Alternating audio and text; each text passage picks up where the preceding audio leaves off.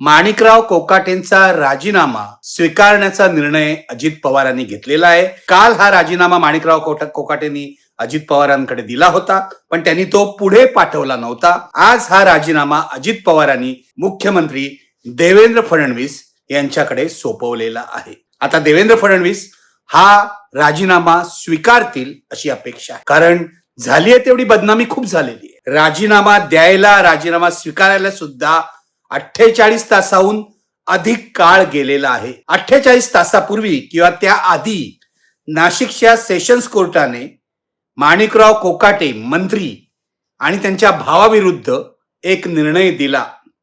हा निर्णय नवा नव्हता अशासाठी की त्याआधी फेब्रुवारी महिन्यामध्ये नाशिकच्या कनिष्ठ कोर्टाने माणिकराव कोकाटे आणि त्यांच्या भावांना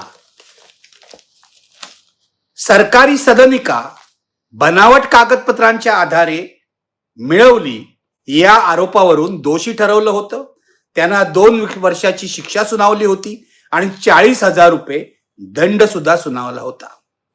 त्यावर अर्थातच माणिकराव कोकाटेंनी अपील केलं होतं. त्यामुळे फेब्रुवारी महिन्यात त्यांचं मंत्रीपद वाजलं होतं. त्यावेळेला वाद झाला होता. त्यावेळेला माणिकराव कोकाटेंनी नैतिकतेच्या मुद्द्यावर राजीनामा द्यायला हवा वगैरे ही चर्चा झाली होती. पण नैतिकता वगैरे गोष्टी या सरकारच्या अखत्यारीत नसतात किंवा गावीही नसतात असं म्हणा. माणिकराव कोकाटेंनी राजीनामा दिला नव्हता. त्यांनी अपील केलं होतं सेशन कोर्टात. आता मात्र सेशन कोर्टाने त्यांना पुन्हा एकदा शिक्षा सुनावलेली आहे 2 वर्षाची आणि 40,000 रुपये दंड त्यांना आणि त्यांच्या भावाला सुनावलेला आहे.